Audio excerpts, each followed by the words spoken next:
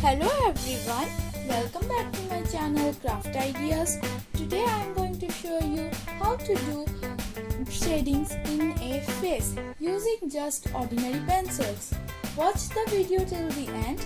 Do subscribe my channel if you are new and click on the bell button so you don't miss any creative ideas from my channel. So let's get started.